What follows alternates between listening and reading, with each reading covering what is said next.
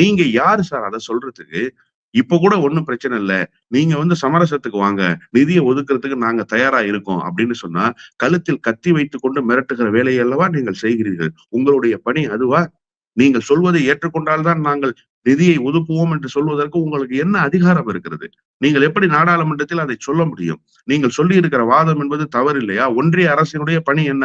அதனால தான் முதலமைச்சர் போன வாரத்துல கேட்டாரே, வரிகொடா இயக்கம் நடத்த வேண்டிய கட்டாயத்துக்கு தள்ளப்பட்டு விடுவீர்கள் என்கிற ஒரு அறிவிப்பை சூசகமாக செய்தாரே.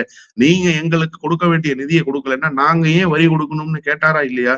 இப்ப மாநில அரசு கேட்க முடியும் தானே. மாநில அரசுக்கு அந்த உரிமை இல்லைன்னு நீங்க சொன்னா, ஒன்றிய அரசுக்கு இந்த உரிமை இல்லை என்பதும் யதார்த்தமான உண்மைதானே.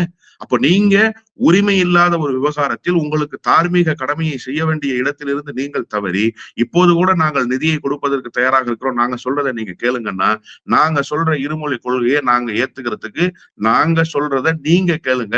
அப்பதான் நாங்க வரி கொடுப்போம்னு சொன்னா நீங்கள் ஏற்றுக்கொள்வீர்களா?